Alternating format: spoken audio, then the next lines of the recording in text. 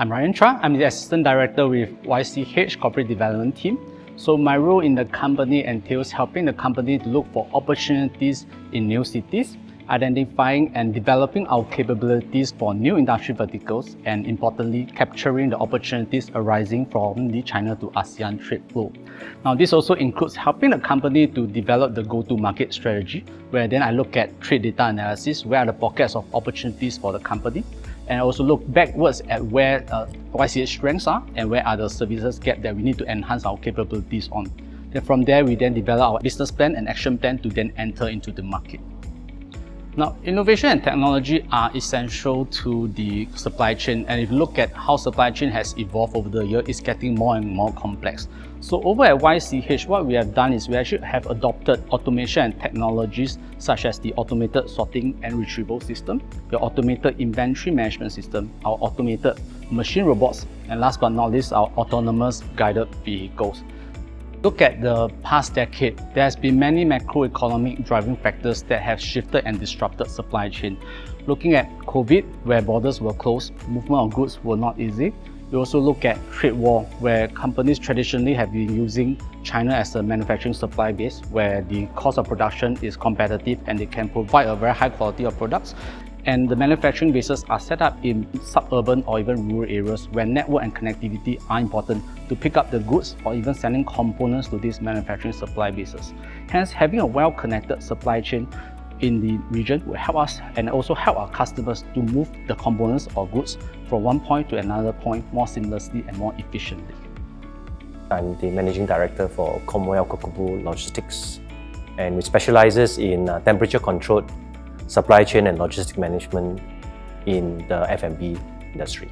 The automation part of it takes the need away from this operation. So it comes in two forms. For things that we can let machine take over, we will let the machine take over. For things that we can control the machine remotely, it is actually a game changer. Previously, as a COVID, for example, people who work at the back of a computer can work from home remotely. But if people need to be physically on the ground to move the boxes, they can't. They need to be there on the ground. By having this ability to either automate that process or move those boxes through equipment that is operated remotely through the connection of 5G, the ability to work remotely becomes a reality. So if you look at warehouse operations, there are certain job tasks and nature that are repetitive in nature and monotonous. So in using robots, that actually helps to bring up the productivity and also reduces the inaccuracy. Now, for instance, the autonomous guided vehicle, if you look at forklift operations, you need a driver. You need the driver to then pick up the pallets and put on the racks. Actually, if you have programmed that within your warehouse operations, that can actually be done by the autonomous forklift. Then if you look at automated machine robots, for e-commerce, the orders are very diverse. You do not want your staff to go to the different racks to pick up the orders. There may be inaccuracy, the productivity is low. So in using the automated machine robots, we bring the SKUs directly to the packer. They just need to do a check, pack the products, and then send it for fulfillment. And that actually greatly enhances the productivity and accuracy of our operations.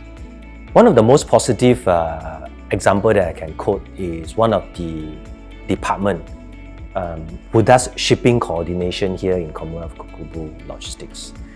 It is a very, very old way of doing things, very much manual, headed by a very senior manager. She's 63 years old. All right. One would think that, at that age, you may not be very receptive to new way of working. But we introduced small, bite-sized technology that help team eradicate all the friction for the past 10 years, reconciling different information coming from different stakeholders, whether or not it is a shipping line, a customer. Now, if you look at the logistic landscape within ASEAN, it is traditionally very fragmented and there's a strong reliance on manual labor. The connectivity is not as strong as what you see in some parts of the world. So in 2018, YCH championed the SG Connect initiative, where we look at the creation of SG Connect smart growth centers in the region, and that includes our super port, and also our supply chain city. And in the creation of these super infrastructure assets within ASEAN, we aim to bring in our automation technologies, our proprietary systems into this infrastructure. And we also aim to look at bridging up the regional connectivity within the region so that our customers can enjoy a seamless trade flow, the movement of cargo across the region.